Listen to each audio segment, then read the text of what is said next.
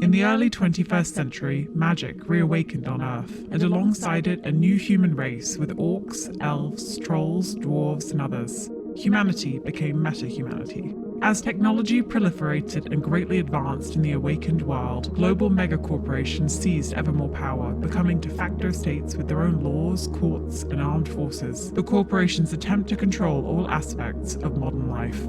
This has led to a vast and complex criminal underground which works for and against corporate interests. The independent career criminals who do what others can't or won't are called Shadowrunners. The year is 2101. Welcome to Fun City.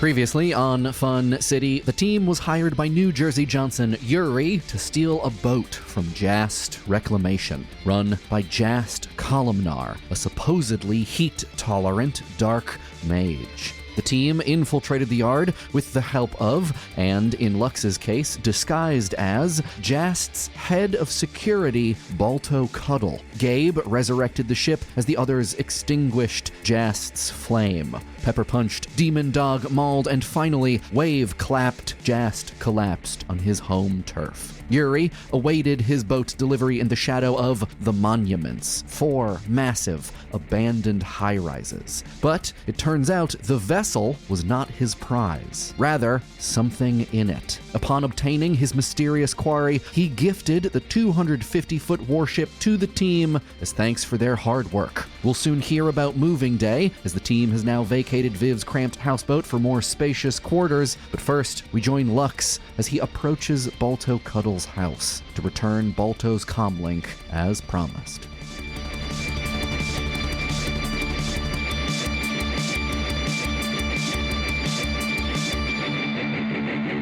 So he pulls up in the dinghy, ties it to the small dock that is there, and walks up to his front door and knocks. You hear some footsteps and like a kind of latch unhook from the back of the door, and the door slowly swings open, and you see a very familiar face, the orc woman that you kissed, pretending to be her husband. She looks at you confusedly. Hello, ma'am. Is Balto home? Yeah, who are you? What do you need? Is this related to that Jast stuff that happened? Because I told the last guy that came here that he wasn't even there. So all your questions have been answered. Which last guy that came? I don't know, some other guy that looked like you. Don't take this the wrong way. I have trouble telling you apart. That's okay. Yeah, I just want him to know about the... Okay, hold on. I'll just go get him. All right, hold on. She walks away, and you hear some more footsteps, and Balto comes around the corner, and he sees you, and he goes, "Oh, hey, how's it going? How did it go? How did..." and he gives you a big, dramatic wink. It go. It went well. We got the boat. How much do you... No. I know there was some big fireworks, and we're closed today, but we're open tomorrow. And Jast apparently is having an all-hands meeting. He called some sort of meeting. So I don't know. Yeah, that's what's going to happen. Yeah, it'll probably be a big meeting. Here's your comm link, by the way. I really appreciate. Oh God, is it wet? It got pretty wet. Yeah, I got thrown actually by the Jast character into the water. Wait, you and he, you know what? I don't even want to know. I don't want to know. So I did. He shakes his comlink, and you see some droplets of water fly, and he puts it up to, he's like examining it. In full disclosure, and I know you know this. I was dressed as you, and everybody thought I was you, but I was very polite to most of the people there. Except for Jast, who threw you into the water. Wait, hold on. Did he throw you into the water, or did he throw me into the water? It was me at that point because my mask had fallen off, and there was no pies on the boat. So I don't know if he's got his dog back or if he's alive. Those are the two things I don't know. I think you still have a job. I think so. So we're going to see, cross our fingers for the big tomorrow. I mean, he called the meeting. He did. Oh, he is alive. Oh, that's not good. Wait a minute, Sorry. what? Cross our fingers for the big tomorrow. Taylor, if you're going to opine, at least do it into the microphone. That's gold. That's That's their gold. album title? Cross our fingers for the big tomorrow? I think For our that- indie band. That's going Yeah. to be on Yeah. a T-shirt for So- our show. that's our first piece of merch is a very attractive hand crossing its fingers for the A big hand with cheekbones? Yeah. That can cut tin cans? So anyways, Balto looks at you confused. He's like, yeah, like, I mean, I'm gonna, now that I got my comlink back, I'm gonna call some of the guys and I'm gonna find out if he's mad at me. You know, because if he's mad at me, I'm not going back there. But yeah, what I know is that someone called my wife. They told her that there was a big meeting tomorrow. And as far as I know, Jast is the one that called the meetings. Yeah, I mean, it's not, you know, the meeting's tomorrow and it's not tomorrow yet. So we'll cross our fingers for that. But that's what I know. Yeah, I'm surprised to hear he's still alive. He got. She's a nice woman. Don't get me wrong. She's a nice woman we work with. She made his dog attack him, and then she clapped him real big with a big water. I don't know how else to say it. Wait, hold on. You're telling me that you saw Vornoth and you lived to tell about it? She took his mind, and then the dog attacked him. It was. You guys, you got to write a book about this. or Well, something. I don't know. I mean, some of the stuff is illegal, you know. But That's a I good appreciate point. it. I appreciate. I'm really sorry about this whole thing. You know, I hope everything works out. Obviously. Me too. And if it doesn't, and I don't have a job, then you are going to be hearing from me. Well, you can't really contact me, and I made sure you couldn't. So yeah. I mean, yeah. Anyway, I have just a little small gift here for you. I give him an envelope. He takes the envelope. Yes. He opens the envelope immediately. There's 250 new yen in there, and just a note from me that says He holds up a cred stick, and he drops the envelope and holds up a note. What does the note say? note says "Good luck for the big tomorrow." And I was gonna leave that here, and if you didn't answer the door, but I wanted you to have a little something, just to treat you and the family and everything like that. And I know that there was a nasty situation, obviously. This job, these run-ins happen, and people like you are the good guys, and we never want this type of thing to happen, but it did. I'm glad everybody's safe. I think it looks like you still have a job, so that's good. And yeah, I hope you all the best. Find anything in the house that may belong to us. There are some holes in the wall that you left from gunfire. Yeah, well, that's what the 250's for. So, hope that's good enough. I know you really like that bar, Mad Marty's. Mad Marty's, that's right. But yeah, I'm over there all the time, so I might see you there, and I'd love to buy you a drink. I'm gonna go. Just say bye, Nick. Just say bye. Sorry. I just see him sitting in the doorway like, what do you want, Nick? So, what else you got going on? Bye. Balto's like, why are you still here? I thought you were going to recommend your contractor. to the wall. darling, is that weird guy still here? What's he talking about? Nope, just leaving, ma'am. Goodbye. This is very nice of you. You are obviously one of the good ones. And by ones, I mean criminals. So get off my property. I don't ever want to see you around my family again. Understood.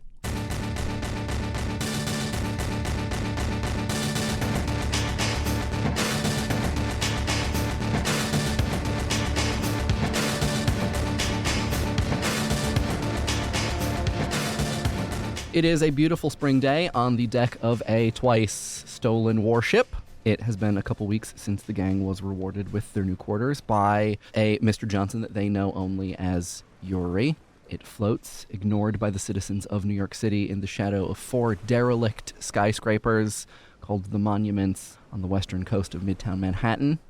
Having previously lived in the cramped quarters of Viv Lakewood's houseboat and hermetic lodge, I assume that you all were very eager to make the transition to larger quarters. Is that true? Yes. Yes. Yeah, of course. You want to tell me a little bit about how moving day went? TK had one bag of stuff, mostly clothes. They're all the same color. There's some shoes. Just black Speedos? Just bags and bags? Well, he has the black Speedos, but also it's like he wears like slightly 2 different shades of black, but it's really hard to tell. So it's like charcoal and midnight? Yeah, and he wears like tactical pants and like a semi-tactical shirt. Mm-hmm. So he had just like his duffel bag and was out the door ready to go.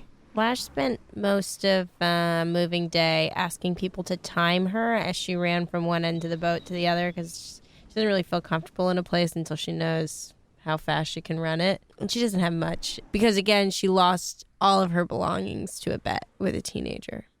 What was her time? From front to back. Mm-hmm. Oh, she did side to side too? She did it up from all angles. She needs to know. Up and down. Yeah.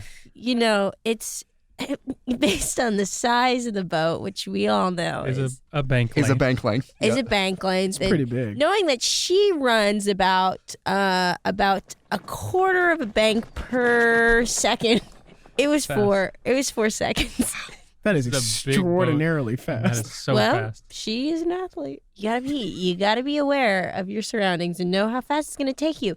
Lux, this is what I'm telling you. I could train you. You know, you can't train me. I can't use any of the weights you use. They're too heavy, and I feel like you take great joy in showing me that. And you show up to training day in a suit. Okay. Every time. That's you show what I'm up going to in a be suit. in. That is what I'm going to run in, and you know that. So what point is it training in what you're wearing? I don't know. You could borrow some of my shorts. They'd be too big on you. But anyway, Lux actually was helping everybody move onto the boat with no plans on moving in himself. He was very generously spending his day helping everybody else.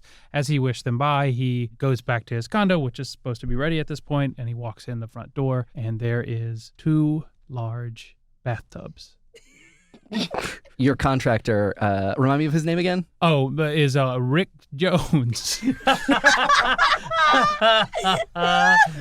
Rick Jones. Rick yeah. Jones.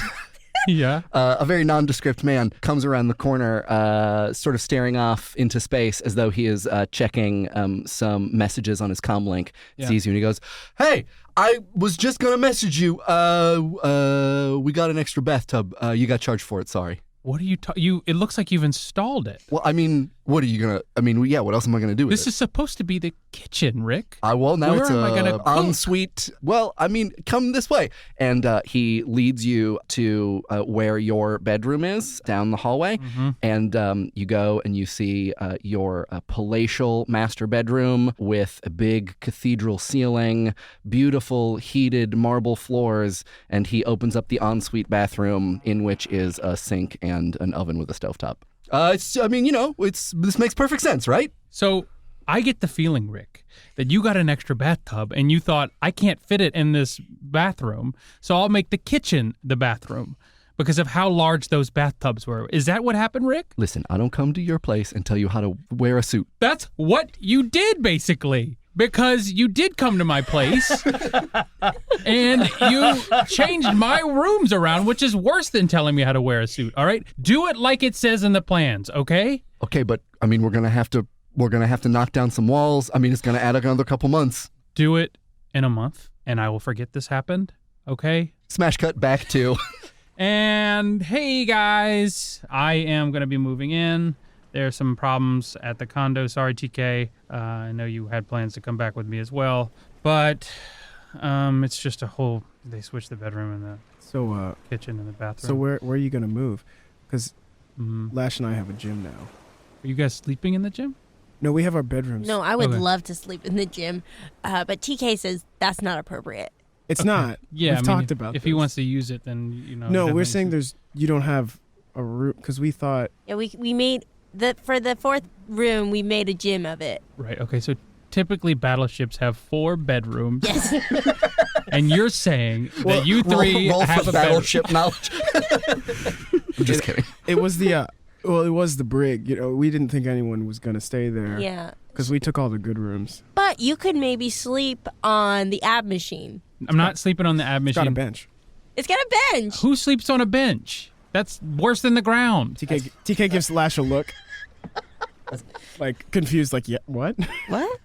Guys, it's okay. I know there's an engine room. There's a spare engine room that I noticed that I'll actually fix up and stuff. I have a contractor that's actually a good one. So you're saying we can keep the gym? Yeah, just keep the gym, guys. Okay, I'm sure I'll be able to find something. We high five. Viv, how was moving day for you? Viv actually was not present. She was on the other side of Manhattan, still on her houseboat. She was meditating alone until she had an encounter with the sea, and it shook her up a little bit, so she decided to move the houseboat to where everyone else was was it the Hudson Yards area? So early in the morning when the sun was rising, she stood on the deck of her houseboat and sort of just stood there arms akimbo with her eyes closed. And she had already untied the boat from the dock and lashed the dinghy to the back, and she sort of unfurled her arms, and the boat started moving forward. And she spent the morning looping down the bottom of Manhattan and slowly making her way to where everyone else was on the boat. So it was a very calm morning. The seagulls were, in full force. They had found some dead stuff, and so she had to sort of swerve around it. And so upon arriving, she saw the rest of the crew on the deck talking about where they were going to sleep. And she wasn't exactly planning to move onto the boat, but maybe keeping some things like a toothbrush and a hammock near the deck. So she brings her houseboat close to the ship and starts walking up the gangway. So before we get too far and get into what y'all have been up to for the last couple weeks, we have some actual game mechanics related business to take care of. Since you finished a run, we need to reward you with karma, which is kind of like Shadowrun's version of XP. You get karma for completing runs, and then after you've spent a little while training new skills, you spend karma to be able to actually do those skills. So karma kind of like unlocks new skills that you've trained for a little while to learn. Karma is awarded per player. It's not awarded, the same amount is not awarded to everyone in the team. The core rulebook has some like recommendations on how to do this. I have my own way that I like to do it. So we have some house rules that are happening. So here goes. Everyone gets 3 karma for completing the mission, which you all did. Congratulations. We did it! Our first mission! Yeet. Everyone gets 1 additional karma for completing Yuri's additional objective of learning what the deal with Just Reclamation was. Remind me, because I actually don't remember. You have to be honest. We have a recording. Did anyone completely fill up their physical damage track at any point during the run? No. No. Mm-mm. Okay, so no additional karma awarded there. So this one is, I leave it to you, and for the next couple we need consensus. Does the group believe that it is likely someone died as a direct result of your actions during the run? If Jast isn't dead, probably not. Because he did murk a few of his own dudes, but I don't think that was us. Yeah, didn't we kill the guy in the bathroom? No, he was passed out. Yeah. Oh. You stabbed him with a needle. Oh, yeah. And then I broke the lock.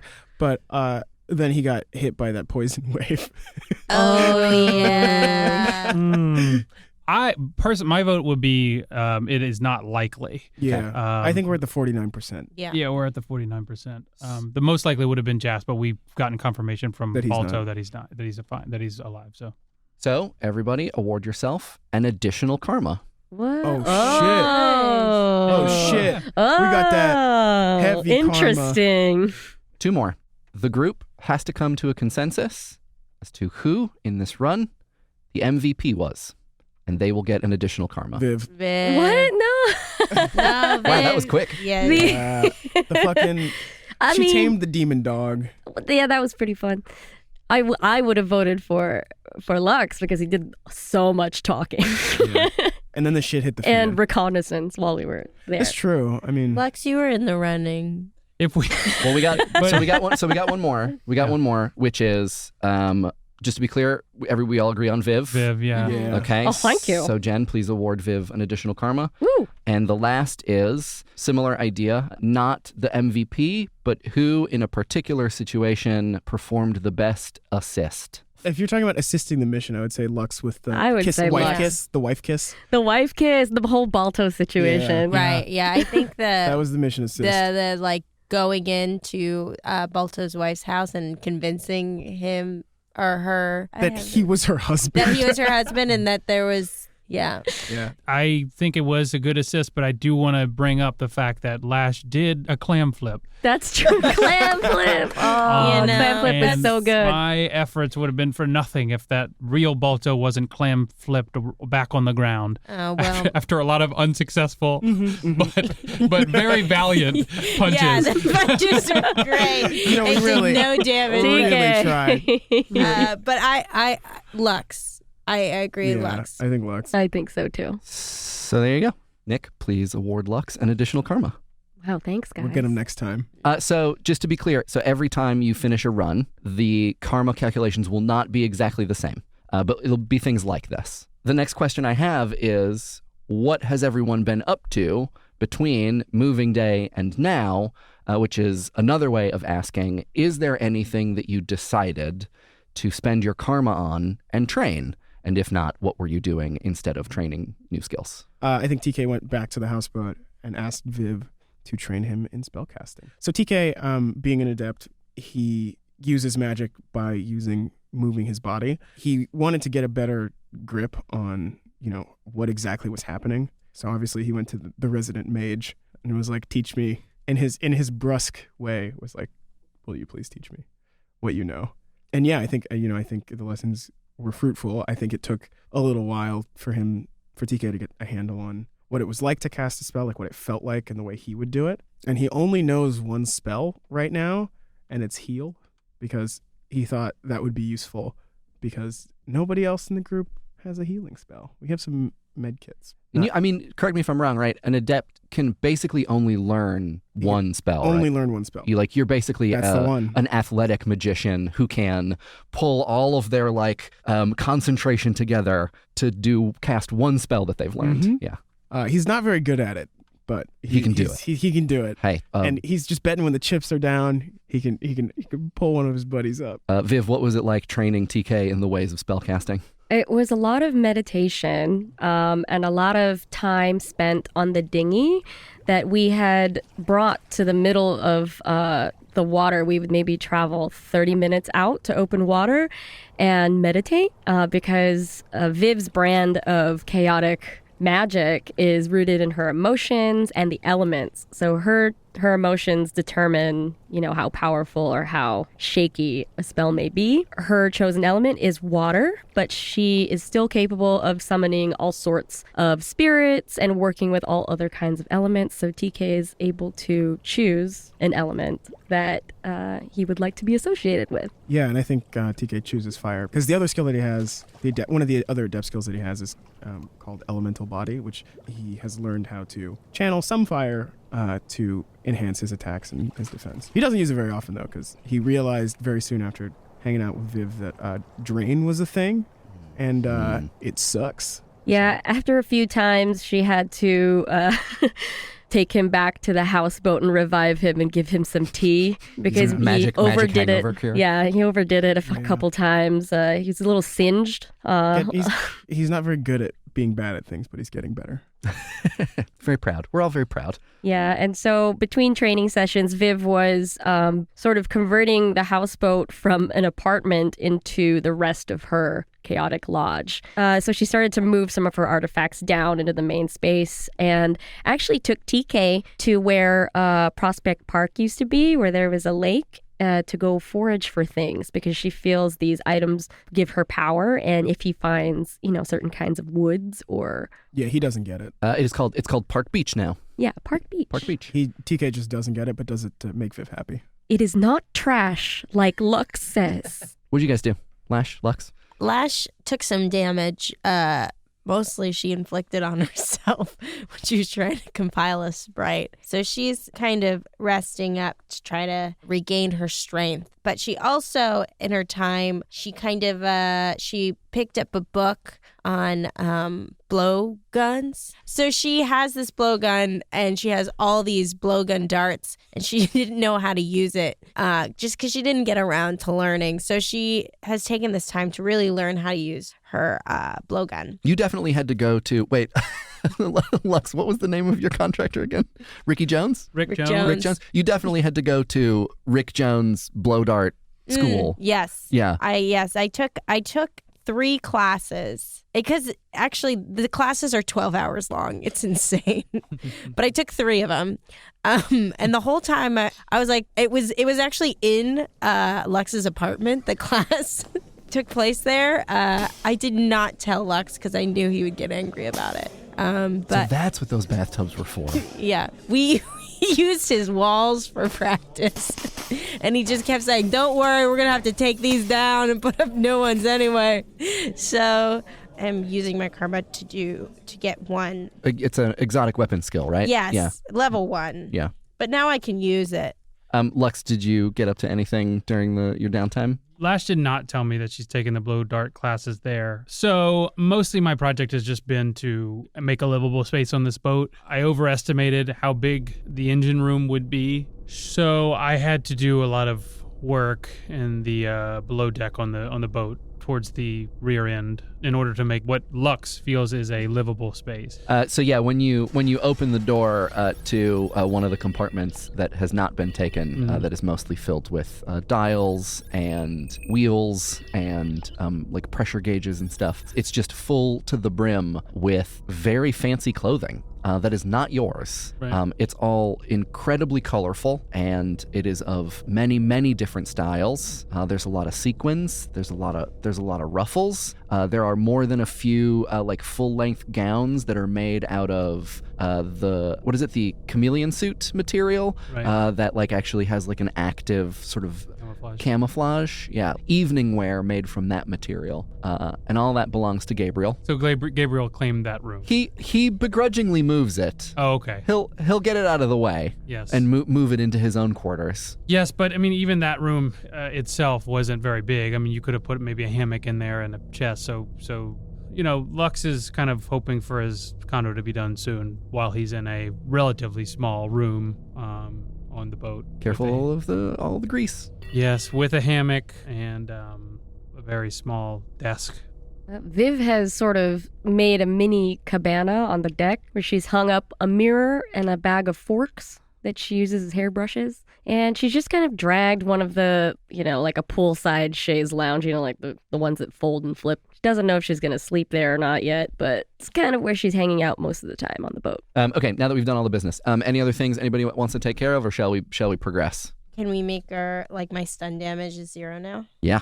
Oh. If you took any damage during the Jast encounter, you may heal all of your wounds, no matter how they were received. There is one thing that we do need to address, which is, so there can be events in the game where a player is awarded a negative quality, thanks to events that have transpired.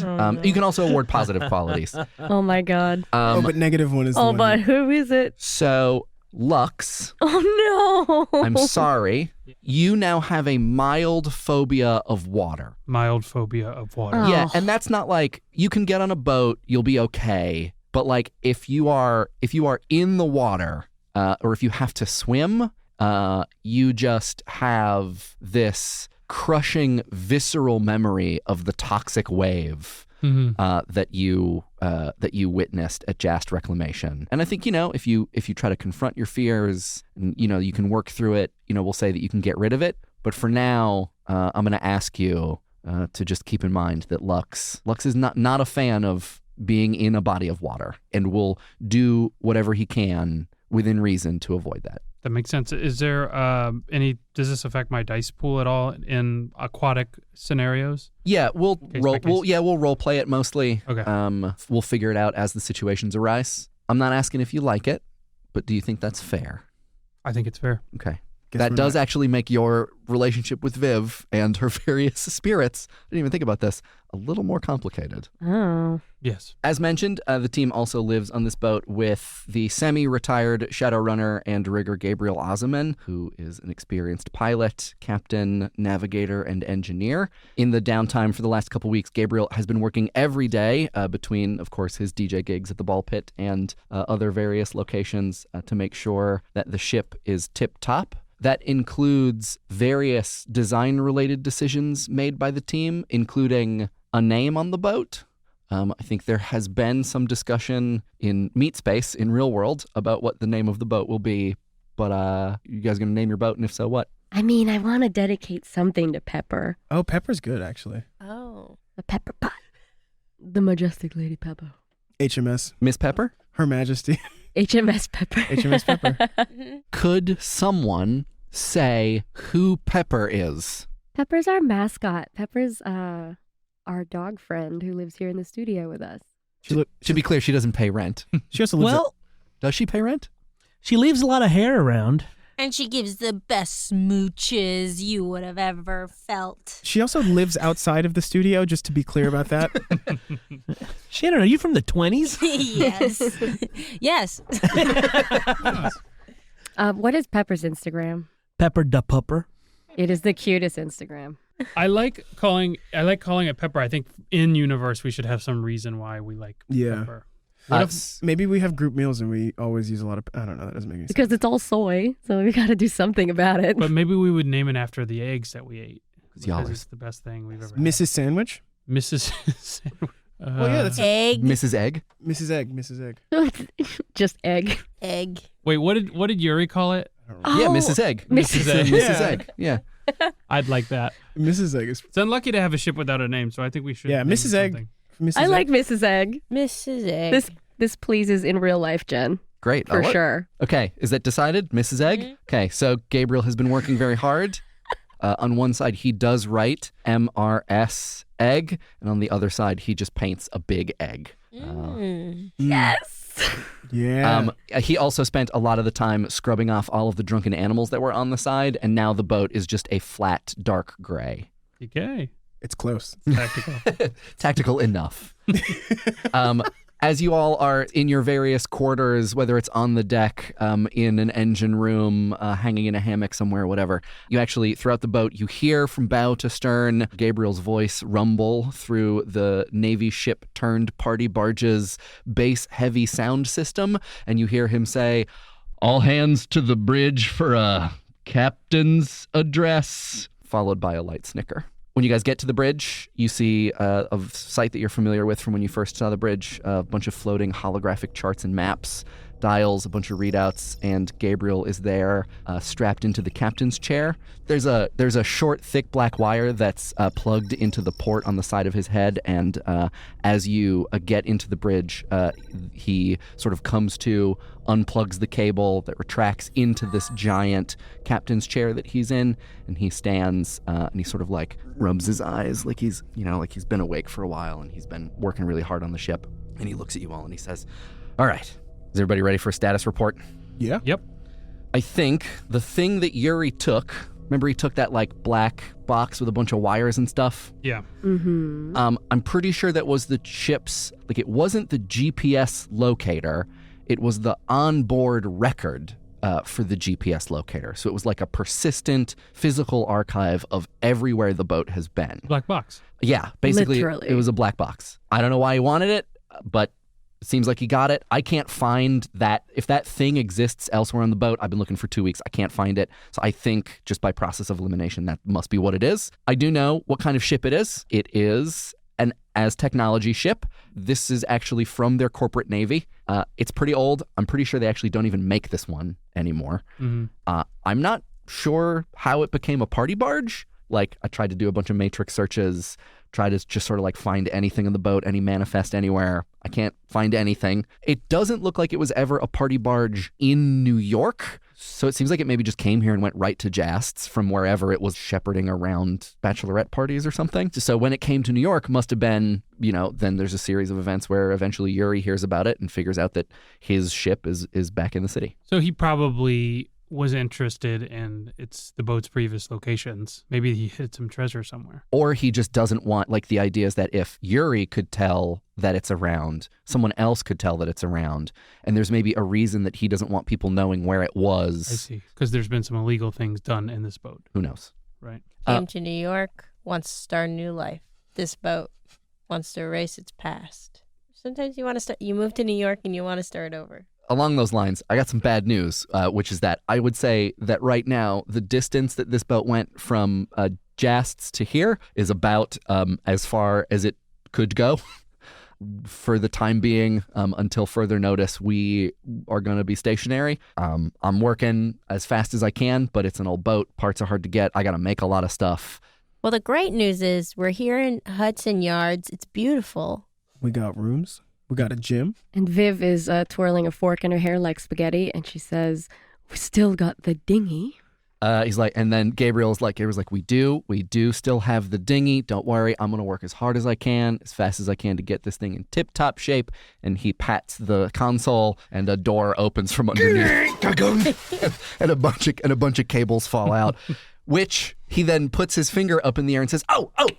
Which reminds me, I fixed the ship's onboard computer. Hey, Artemis! And you hear a very pleasant English voice say, Hello, Gabriel.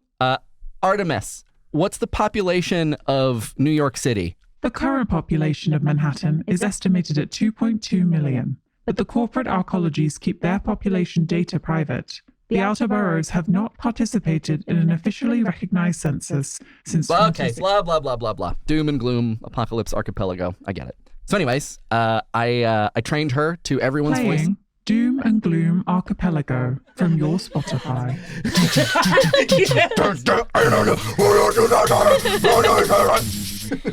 Spotify is now owned by Aztec.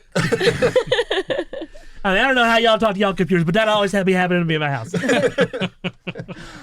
Artemis just slipped into character. I think he was a comedian. I used to be a puppet for a racist man in Las Vegas. Jeff Dunham's puppets were bought as IP and then used to program home AIs. Oh, man. It's not real. It's not canon. No. I'm doing a goof. You don't. I feel like I don't know that. That is though. extremely upsetting. Y'all get so sad. We're going to have to hear the racist terrorist puppet for the rest of our time here. You guys fought a demon Glenn Danzig, and the Jeff Dunham future was more upsetting. Oh yeah, give me a Danzig anytime. Okay, so anyway, I trained her to everyone's voices, so she should be able to tell you all apart. She has a different instance in each of your quarters. If you want to give her a try right now, you feel free to ask her stuff, see what she says. Artemis, can you give me the reviews for Rick Jones, contractor in Manhattan? Hello, Lux. According to A-Lift List, the most popular source for contractor reviews in the tri-state area, Rick Jones Contracting gets 4 stars out of 17 stars. The top review from user Lucky Boy Horse Time 416 reads, Bathtubs, bathtubs, bathtubs. Everything is bathtubs. How many baths am I supposed to take? Where are my children? In their beds are bathtubs. Would you like to listen to more reviews from A-Lift List? Yeah, can you read a positive one? I just if there is one, the highest review, the most stars out of 17. Searching. Positive review found. I was cursed by a warlock to be half fish, and now I live in an apartment full of bathtubs. I asked for parquet flooring, but now I have nothing but bathtubs. Did I ask for this? No, but I love it. Sometimes you don't know what you want until it's given to you. And I'm as lucky as a horseboy at 4:16 p.m. because now I can flop around from one bathtub to another. All the haters on here, hush up. Rick Jones Contracting is Best contracting. Gabriel Tri-state turns the area. master volume down. Okay, that's enough. Okay, that works Jesus pretty Christ. well. You're gonna have to install a governor or like some kind of electric collar on me. Oh my God. So Gabriel continues, okay, all right, enough fun with Artemis. You can also, if you want to, install a version of her on your comm, if you want to ask her any, like, easy questions, but anything that's, like, heavy lifting, you're going to have to ask her from the boat. Finally, the Jast job was exciting, but I'm getting kind of old. You know, and you look at Gabriel and you see, like, lines on his face. Underneath all the tattoos, you can see he's got some crow's feet, he's got some smile lines. He's like, I think my running days are maybe mostly over. And I was wondering if you guys would be okay if I don't know. I mean, I'm happy to keep working on the boat. I actually sort of love this boat.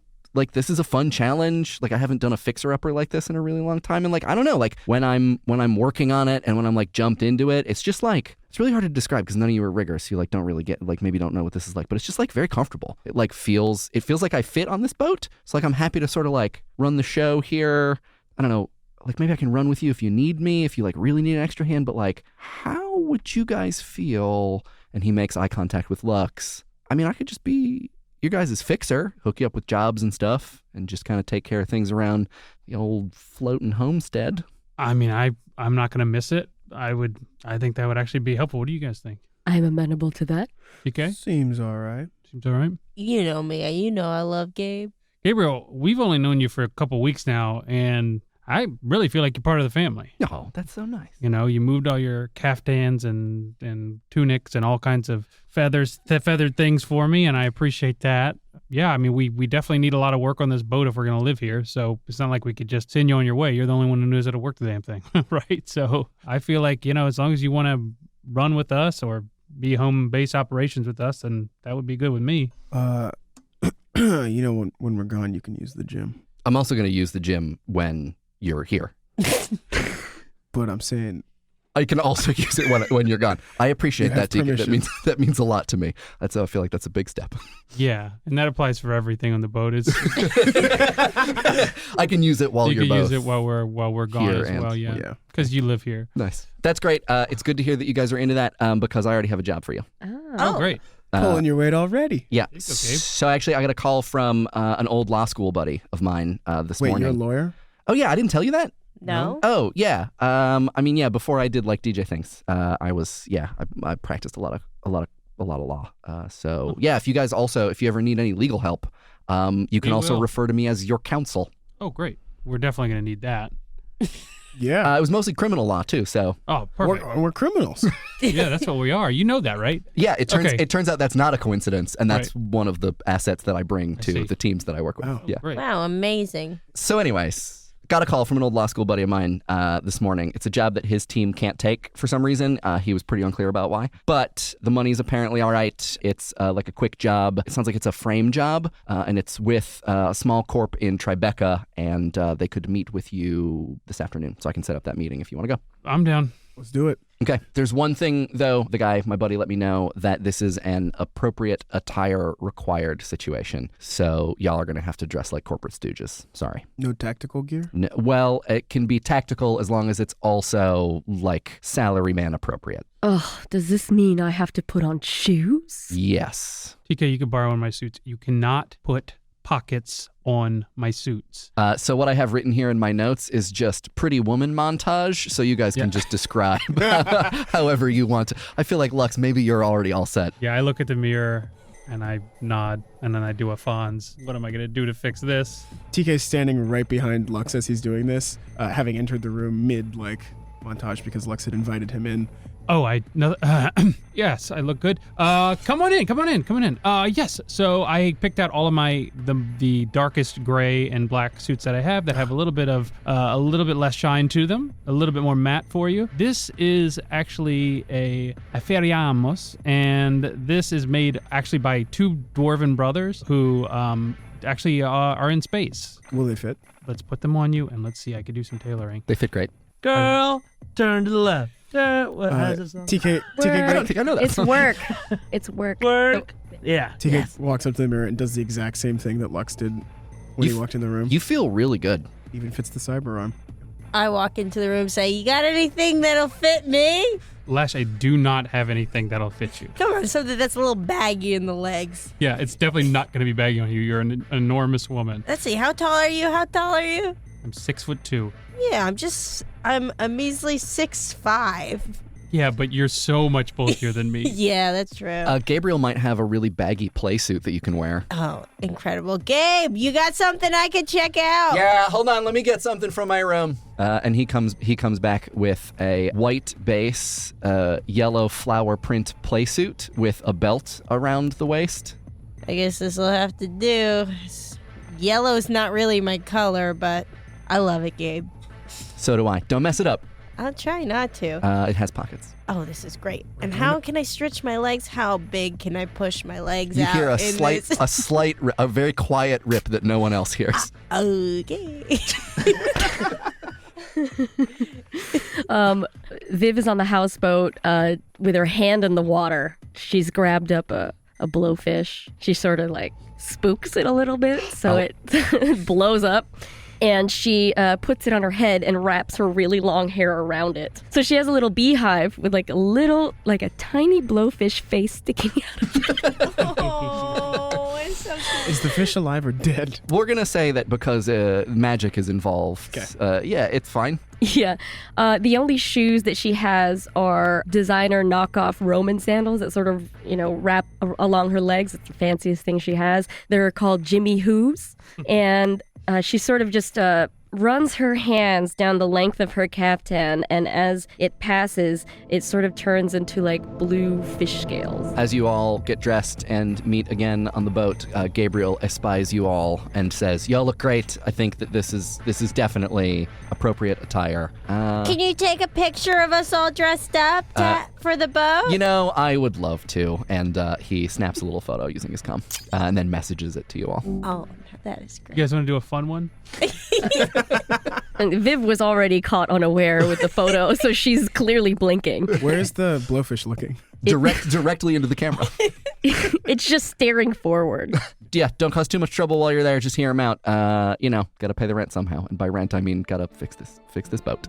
Cool, thanks, Gabriel. Good luck, kids. Thanks, Gabe.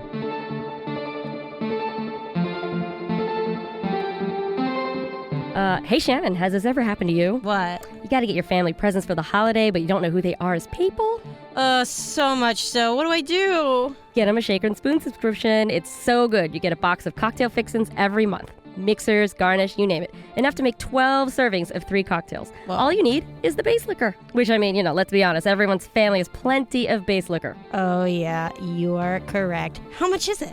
It's $40 to $50 a month, but get this, if you go to shakerandspoon.com/funcity, you'll get $20 off that first month. And you don't need to tell your family you used a discount code on their present. Oh my gosh, I'm going to shakerandspoon.com/funcity right now. Send. That was an ad Perfect. read. That was an ad read. That was great. Oh, well, you forgot about me. I'm Shaker McSpoons. Shaker! Oh no! I'm the lovable mascot. Shaker and Spoon mascot. He escaped from the computer!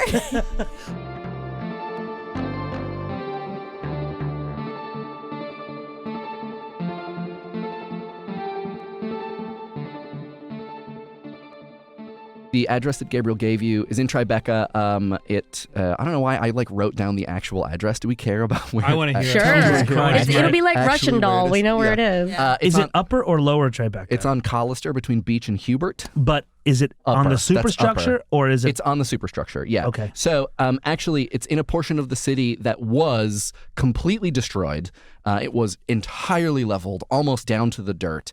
And several decades ago, it was rebuilt to exacting specifications, to look exactly like it looked in the 18th and 19th centuries. Shipping depots which have never held a shipment, warehouses which have never housed anywheres, only exceptionally wealthy startups, a bunch of real estate agencies, architects, architectural firms, all in these pristine 18th and 19th century style buildings built in the last 5 to 10 years. Henley drops you off in front of an immaculately detailed brick and slab stone building, complete with a shuttered loading dock platform that is in pristine condition. Nothing has ever backed into this loading dock ever. And at the top of a set of corrugated metal stairs, which have been painted black, you can see a small lobby with a receptionist and a massive troll security detail. The building is actually, for the most part, unmarked. You know you're at the right address. You can see the number, but there's no business name on it. Let's go inside. So the lobby is about a 15-foot by 20-foot space. It's pretty small. It's got a gently curved white stone desk behind which sits a very pleasant-looking human man in a light short-sleeve blue shirt. He's got a long blonde beard and has a single charm woven into it. And you can see his eyes sort of flit back and forth as he scans the AR display that's beamed into his wireless contacts. He taps a few buttons on a keyboard that's recessed into his desk, and he looks up at you and he says, you must be, and he squints a little bit, the Ozyman group, and you all look grand. Was that a question? No, you all just do Oh, look, you okay. all look It sounded great. like a question, but thank you. Now that you're in the lobby, you can see that further into the building, there's a giant, they're called MAD scanners. And these are pieces of technology that scan all of your credentials that are on your comm links, and also scan to make sure that you have no weapons on you. The man gestures towards the troll security detail and says, if you have any implements of destruction on you, you can leave them here with Reginald. TK takes out his combat axe and hands it over. Viv stumbles over and does the same as she rummages from underneath her sparkling caftan. Forget that Viv has a combat axe. Yeah. Fucking good weapon, too. Whoa. Luxe's bracers are designed to not be detected by these things. But I know that these better ones can detect toxins, so I remove the toxins themselves. That means that they're just armored bracers, but underneath my suit, so they're no longer weapons. And so I put the little capsules with what's his name, Gregory? Reginald? With Reginald. Yeah. Reginald. Lash takes her blowgun out of the one boot and then a handful of darts out of the other boot and like drops them in Lash, the you bucket. just have those darts in there loose? Yeah. That doesn't like puncture your leg? Look at my legs. It's got to be parallel with my legs. The two shall never meet. Parallel. Fabulous. And so just one more thing. I'm sure you're used to it in your line of work, and he looks directly at Viv and says, but for safety, and I'm sure you understand it is company policy, a counter speller will be assigned to the magic user in your party for the duration of your visit, because I mean, you can't exactly be disarmed. We mean no disrespect, miss, and he taps on his keyboard a little bit. Lakewood. It is, like I said, company policy, and you hear a set of footsteps coming from the other side of the hallway, and then you see... The human woman that approaches you is tall, ethereally thin, with an aggressive pink hook of a nose and black flitting eyes. It is not the case that a shaman turned a pale and wicked flamingo into a human woman. Nevertheless, anyone who sees her is forced to consider it. She is bald and wears a gray synth flannel skirt suit with a brass name tag on her lapel that simply reads Martha. Hello. Hey, Martha. Good afternoon. Good afternoon to you. And let me sense you. Hello, Martha. It's a pleasure to meet you. She extends her hand and her fingers are long and pink like the legs of a Barbie doll. Oh, God. What the fuck? Vivian, the pleasure is all mine. And Viv sort of extends her hand underneath, but instead of clasping, she just runs her fingers under her palm. Martha matches the action on your hand. This is turning into a very different kind of podcast. TK stares like, what the fuck? Looks over perfect. at Lash. Perfect. Now that we are all acquainted, Miss Ashina will see you on the 5th floor, and you hear a distant elevator ding on the other side of the MAD scanners. Good day. Thank you. So I get through. Yeah, you all get through. If so, out of game, like, you got to tell me, the universe, you don't have anything on you that is a weapon. Is that true? I mean, aside from you have a his whole body. Yeah, I mean, you have a whole body, but yeah, you sir have a body. have a whole body. Still armed. Yeah. But yeah, no one has anything that is literally a weapon. Okay, No. cool. Nope. Great. All of you get through the scanners without incident. They beep happily, and you get your way into the elevator. And Martha just tails behind Vivian, but is, if incredibly disturbing to be around, perfectly pleasant. Viv just has her hands clasped in front of her as she walks, but sort of stumbles a little bit because she hates wearing shoes. This place is really well appointed. It's very like 20th century designy. There's a lot of sticks in big vases and fake plants around, and very innocuous, almost like restaurant style paintings. You know what I mean? It's like abstract, but not even really abstract, just sort of shapes. Ace Hotel, Yeah, circa like 21st century. Yeah, I mean, that's actually pretty close, but without the pretense of being cool. Like, there's no wood grain anywhere. Cool. It's all white marble. It's all glass, white steel, very, very simple. And there's no identifying mark. There's no name of a company. There's no advertising. There's nothing anywhere. You get in the elevator. You go up to the 5th floor. The elevator opens onto a through-floor office. So this office takes up the entire floor floor of this reconstructed shipping warehouse. It is very different from everything you've seen so far. It actually does have a lot of that sort of old wood grain charm. It's very convincing. The wood beams look like they're very old. Their wooden floor is very rough. It's all unfinished, wide grain. It's magnificent. It's a gigantic space, exposed beams. It's got those old cloudy warehouse windows with the thin frames. It's mostly unfurnished, except there are two directly in front of you freestanding walls that you're looking at the side of. And they're sort of near the middle of the space, a few meters away from either side of a huge executive desk. It's made of dark wood and has a very thin steel top. The walls reach almost, but not quite, to the ceiling. The wall to the left is lined with books. The one to the right is covered in a multi-channel projection of what looks like security camera feeds, local news reports, and at least one cartoon show. You're about maybe 10 or 15 feet away from the desk, and you can see that a woman is sitting there, and she is working intently. And as you exit the elevator, she beckons you wordlessly, not looking up from the work on her desk. We move into the room, and as Viv approaches, she knows that the woman's not looking at her, but she still bows so that the blowfish is making eye contact with her. Very polite. Martha says, please, this way.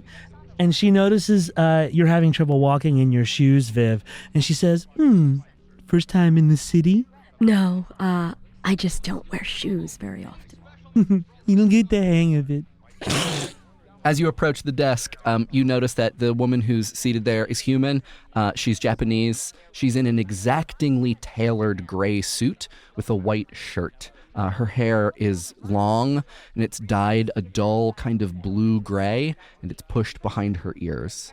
You can see that she, like Viv, has a pair of rose gold AR glasses. However, they are huge. And as you move across the room and she sort of turns her head this way and that to look at the materials on her desk, they sort of glint like beacons, reflecting some of the light from the room. And you see the giant lenses sort of flashing both with reflected light and with the material that is projected on them. And you can see open windows moving around. You can see text being spelled out. You can see videos playing in reverse on the other side of these glasses that almost cover this woman's whole face. As you approach, she raises her hands, and you see her similarly very well-tailored, mid-forearm length, gray haptic gloves that are matched perfectly to her suit. And as she brings her hands together, knuckles touching, and pushes them violently aside, everything on her glasses disappears, as does all of the material that's on the projected screen to the right of the desk. She takes her glasses off, puts them on her desk, looks at all of you very carefully, and says,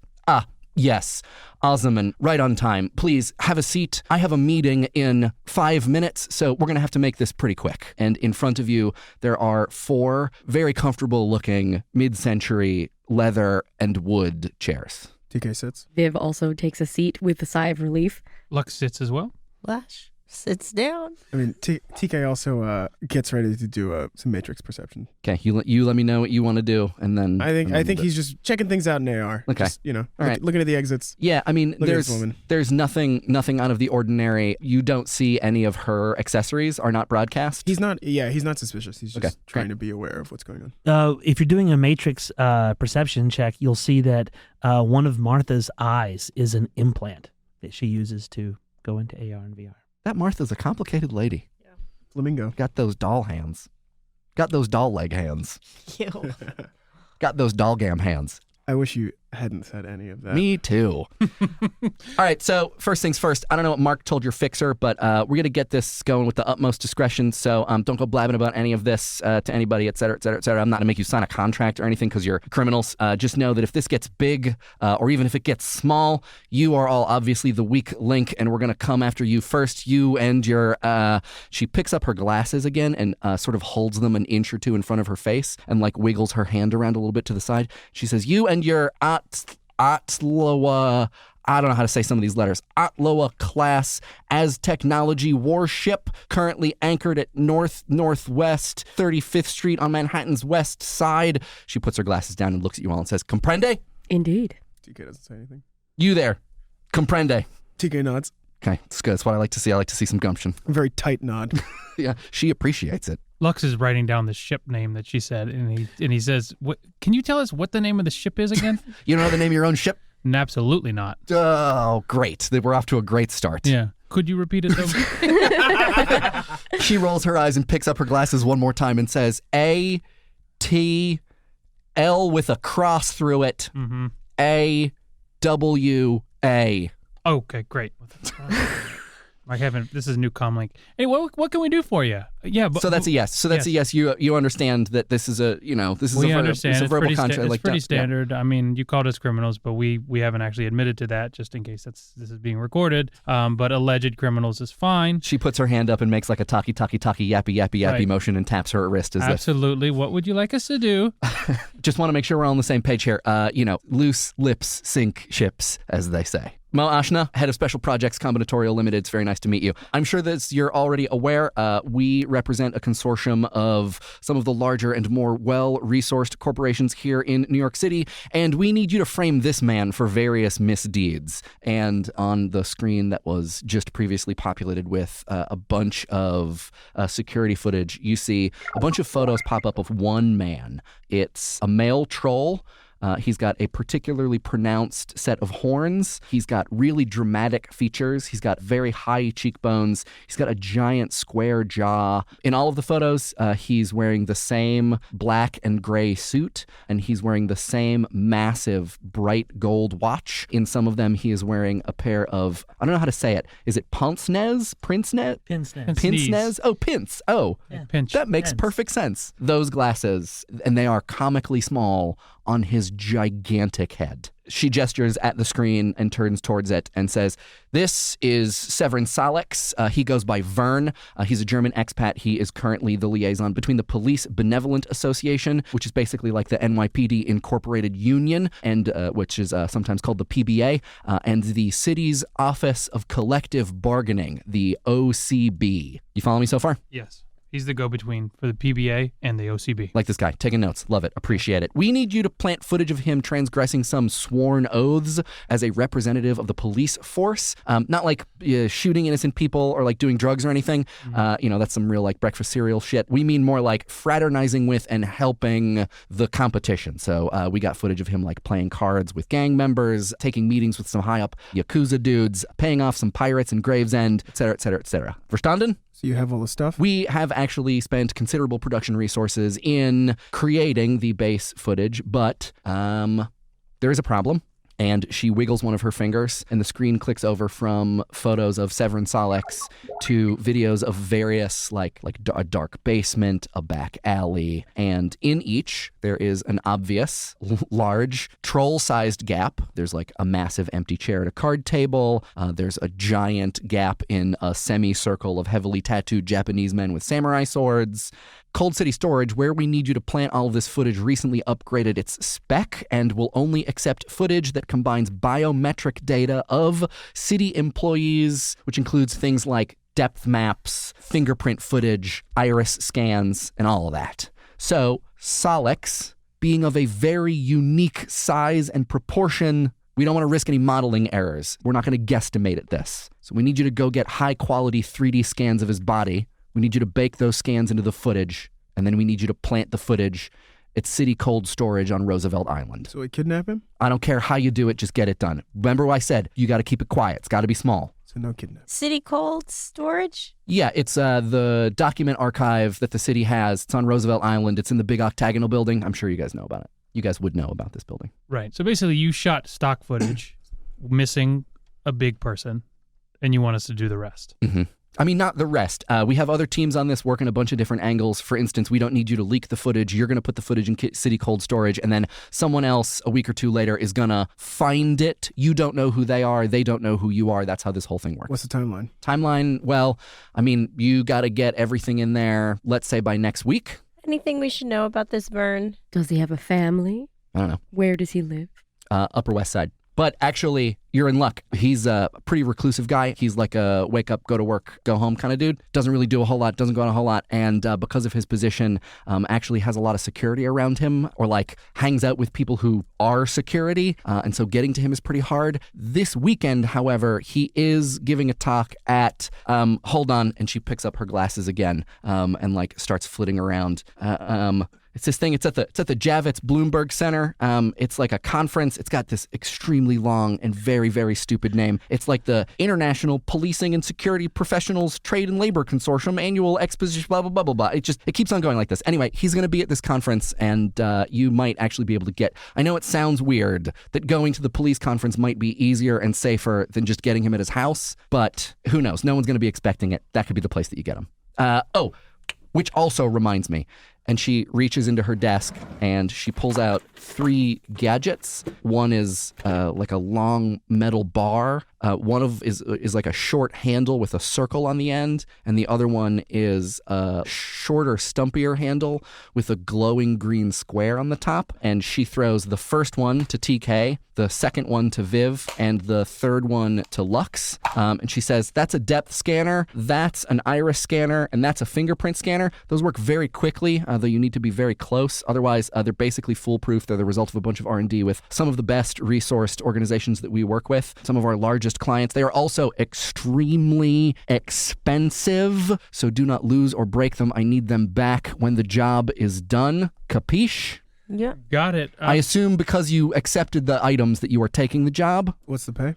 We pay a base rate of 5,000 new yen each. I will double it if you can get scans of his irises and his fingerprints. Other than that, we'll see how quickly you do it and how big of a stink you make. We're not above increasing our pay to show our appreciation for quick, efficient, and discreet work. So the main thing you need is his depth. Yes, basically a 3D scan of his whole body. Right. So in order to have that, how far away do we need to be from him? A couple inches. We have to have this wand get his whole body a couple inches. Okay. Do they need to be still or no? Yes. He needs to be He still. needs to be still. And are these guys hooked up to anything, or are these guys running silent? These will pair with your comm, and they will be slaved devices to your comm. Okay, I got a question about this guy in general and about why you want to do this to him. What kind of stake do you have in this? What do you want to frame this guy for? I like you because you're clearly a perceptive person. Mm-hmm. If you can convince me why you need to know, then I will tell you. For me, it's whether or not I want to... A little something about me real quick. Yeah. Well, there could be a lot of implications, I could tell you that. But, a big one might just be, do I want to take the job? To be honest with you, if this is some sort of a union-busting move, then I'm not for it. My dad worked for the train catchers union. And, so the train catchers. Yeah. Yes. We all know that when that bad train AI took over and they were running themselves, people had to go out to catch them because they could only be stopped on the trains themselves. And they didn't want to pay them very well, did they? A real valiant order, the train catchers. Yes. So I'm not going to stand for it. And you could have these guys, and these guys might be able to help you, but I'm going to be out. So I just want to make sure that none of that is going on. I'm just going to ask you to roll straight charisma. Is it first impressions? It is. Okay, for that's sure. +2, so that's 8 total die. While you're doing the diet, Mike, Yep. the Javits Center survives apocalyptic floods. The Javits Bloomberg Center. It got airlifted, maybe. That's like saying, it's September and we found a snowman that survived summer. Yes, it is. Out of 8 dice, I got 4 hits. She frustratedly picks up her glasses and wiggles a finger and puts her glasses back down and sort of closes her eyes, looks up at the ceiling, breathes a sort of frustrated sigh like, okay, fine. There is a little bit of background. He does work for the policemen's union. However, that union hasn't been a union, has only been a union like in name for decades. Mm-hmm. It's been essentially an extortion arm of NYPD Incorporated for the city. They're not really interested in workers' rights, as if such a thing even exists. Over the last couple months, though, Solix has been trying to architect a strike. He's got the ear of some of the upper brass. He is talking with some folks at the OCB. The rumor is that it's working, and it's all scuttlebutt right now. Nothing is confirmed. No one knows how far along he is. No one knows how much support there is in the rank and file. All people know is that it's gotten through some of the channels to some of the corporations that NYPD and corporate has private contracts with, that he is trying to put together a strike. It seems like all of his reasons are the same thing that it's always been every single time the police have threatened to strike. The pay raises don't come quickly enough, or the pay raises aren't enough. The shifts are too long. The city doesn't invest in new equipment. The city doesn't invest in marketing, and so recruit numbers are low, and so there aren't enough police on the streets, and it makes the current force's job even harder. But none of that makes any sense because NYPD Inc. gets almost no money from the city. At this point, it's essentially a show of support. It's a pittance. It's just like a piece of performance art for the mayor to show NYPD Incorporated that he's on their side. So the money doesn't matter. They get all of their money from their corporate contracts. So obviously, the PBA is crooked. They're looking to extort the city. Whatever the reasons, a strike would be bad for business. We got a bunch of big companies, many of whom we represent in the city. They got private contracts with NYPD Incorporated. They can't deal with a strike. They don't want one of their security forces no longer protecting them. So they figured just disgrace this guy.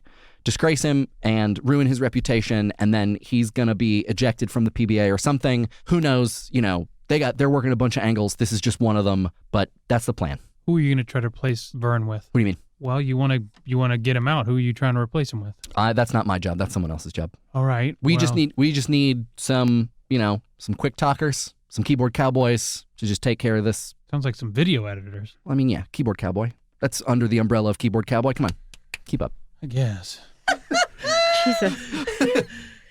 How is Luxe sitting when he says, I guess, like that? He just, he crosses his legs, he crosses his arms, he looks up at the ceiling, which is very much like something from the 18th century.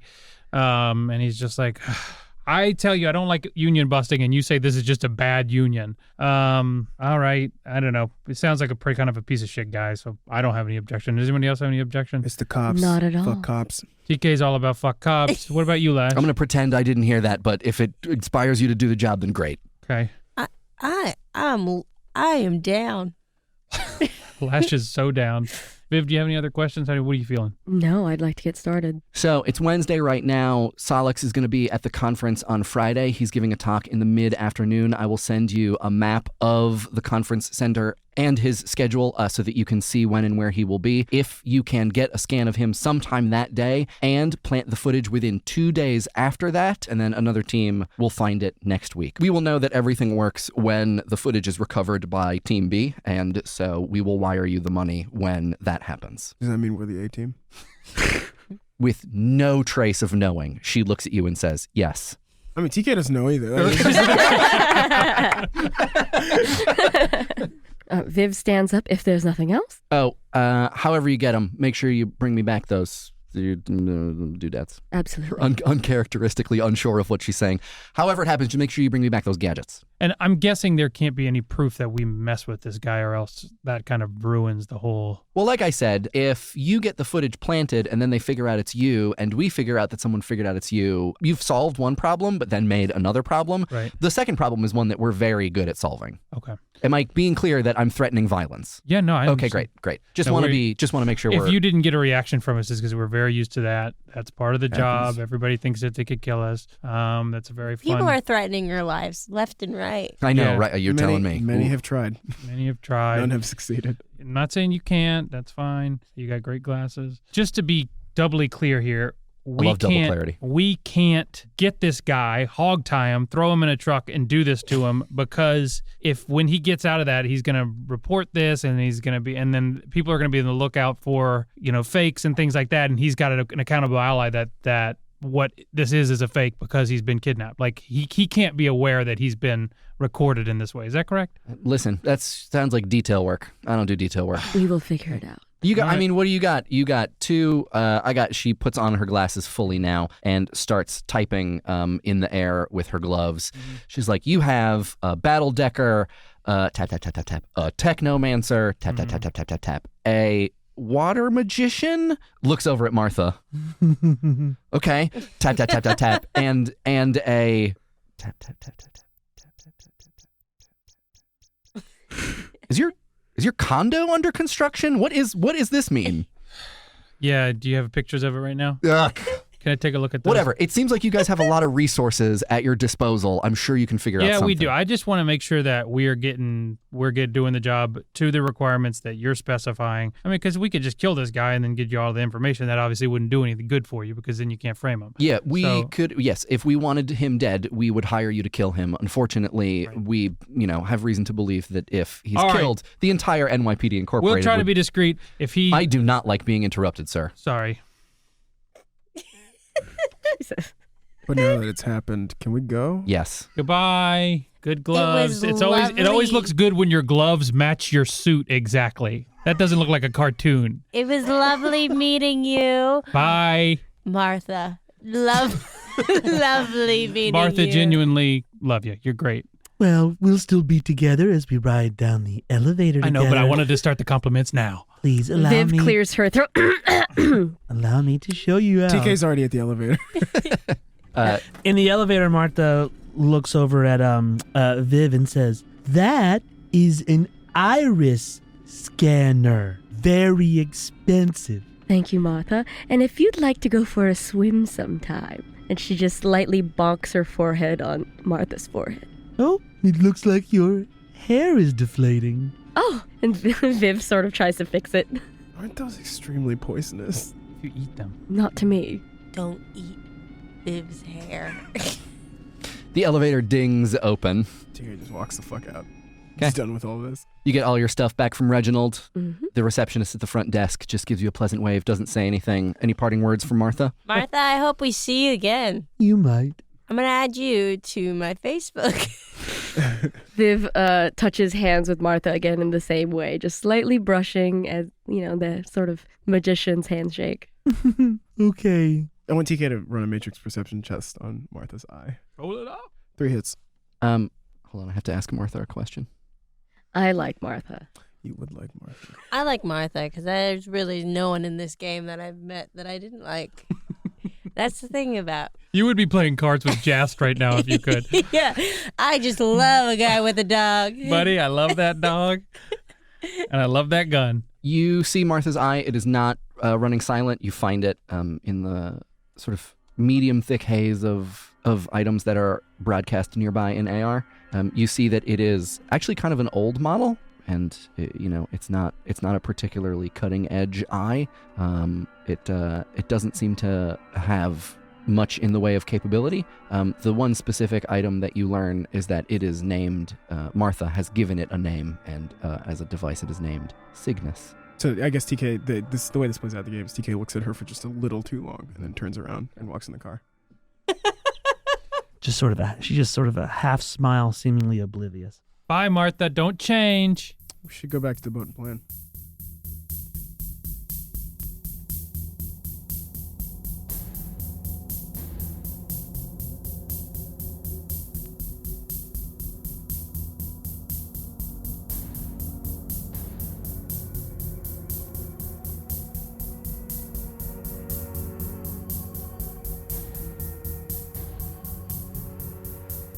So Viv is very frantically taking off her sandals and stumbles out of the car and makes it back to the boat with everyone. She sort of, nabs the blowfish out of her hair and throws it back in the water. Gabriel is on the deck of the Mrs. Egg wearing one of TK's black Speedos and sunning himself with one of those reflective boards. TK sees and says, looking good. Thanks, man. We got a day until the conference, right? 2 days. 2 days. We got to figure out a plan. Gotta figure out how to... Viv, do you have an erase memory spell by any chance? I do not. Well, that's out. You can't control his mind, though. No, I cannot. I can only control his actions. But he will know that he's being controlled. I can control his actions while he's asleep. But if he's asleep, we don't need... He's asleep. We don't need to control his actions. All we gotta do is... You can move him. Weekend at Bernie's. We can just move him. Yeah, we can have him move himself. We know where he lives, right? We can just break in the middle of the night, Mm-hmm. narco-ject him when he's asleep, get all the shit. Sure. He's around a lot of security, though. Yeah. I think that's a Is thing. he? She said that he hangs out with security constantly. What if we set up a fake checkpoint That's exactly what I was thinking. at the conference? That would be good. Fake checkpoint be good. If we said this is, this is our standard security We're process. a security firm. We're a security Yeah. firm. This is our standard security thing. TK does a matrix search to see what security vendor is doing security. Who's doing for security the for the conference. events? Yeah. Yeah, you find out that security for the conference is actually run by the NYPD Incorporated Reserve. You would also probably know that, like, getting into the NYPD Reserve is not quick or easy. You could try to forge some documents, but you would be trying to break into NYPD Incorporated's main data center, which is a large undertaking. Right. Could we try to create a panel and get him to be, or we could be a vendor, and you're walking through the vendors and they're like, ooh, come here, check out this new security What if thing we that we made- do. Oh, we Yeah. could do it if we did it right beside the venue where he was doing his keynote. Yeah. We could get him just like, So hey. we would be Convince him, with your charm, you could convince him to try to take a trial on our new security and maybe thing. our backup plan is breaking into his house, injecting him while he's asleep. Yeah. That's Getting all else everything. fails. That's what Yeah. we have to do. That's the last resort. Lux hops on the Matrix and tries to check relations of Vern to see if he has kids. Older adult kids would be better. A wife, things like that. Do a computer plus intuition. Can I assist that just in case? Do you want me to do this? Or You all should do either this. of us should do this.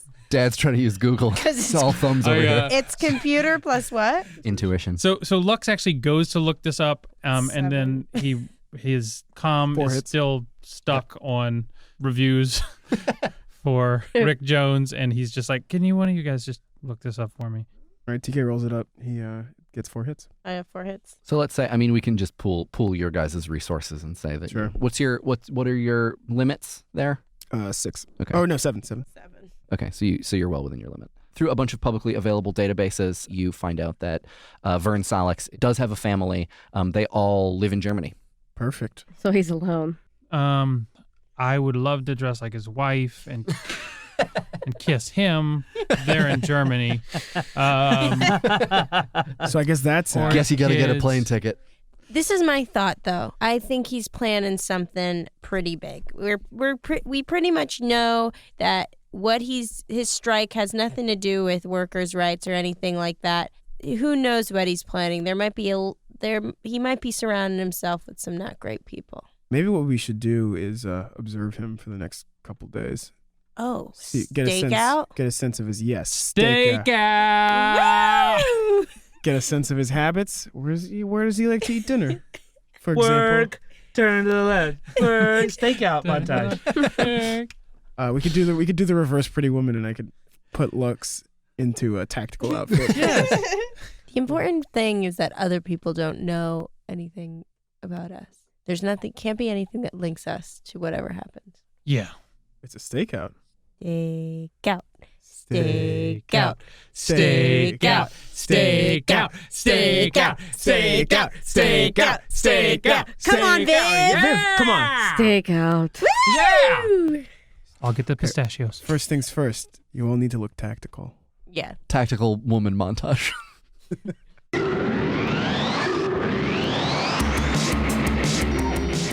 You are now leaving Fun City. Thanks for listening. If you want to support the show, get access to our Discord, episode stems, custom sound effects, and stuff that ended up on the cutting room floor, head to patreon.com/Fun City Ventures, where you can transfer us some of your hard-earned new yen and help keep this ship afloat. On November 19th, we're having our first ever live stream in the evening Eastern Time, the first half of which will be Oh My Patrons only, and the second half of which will be a public stream. We'll post about that on our Discord and Patreon. And Thanksgiving week, we'll be publishing our first patrons only mini adventure, where Lash takes some of the team home to Connecticut for the holidays. I'm Bijan Steven, and I am TK. You can find me online at Bijan Steven on Twitter, which is BIJANSTEPHEN, or on Instagram, and you should just Google that. I'm Jen De La Vega. I am Viv. You can find me online at Randwiches. That's the word sandwiches, but just replace the S with an R. This is Nick Guercio. I play Luxe Scythe. You can find me on Twitter at NGUERSH and Instagram at NGuercio, GUERCIO. This is Shannon Odell. I play Lash Goodbog. You can find me on Instagram and Twitter at Shodell, SHODELL. This is Taylor Moore, and I play all the bad boys. I'm at taylor.biz. My name is Mike Rugnetta. I am your GM. You can find me on Twitter and Instagram at Mike Rugnetta. You can find the show on Twitter at Fun City Ventures. Fun City was recorded at Fortunate Horse in Greenpoint, Brooklyn. It was produced, edited, and sound designed by me, Mike Rugnetta. All of the show's music is by Sam Tyndall. Our art is by Tess Stone, and our Discord mods are Olivia Goulin, Kit, and Kestrel. And the voice of Artemis is Molly Templeton.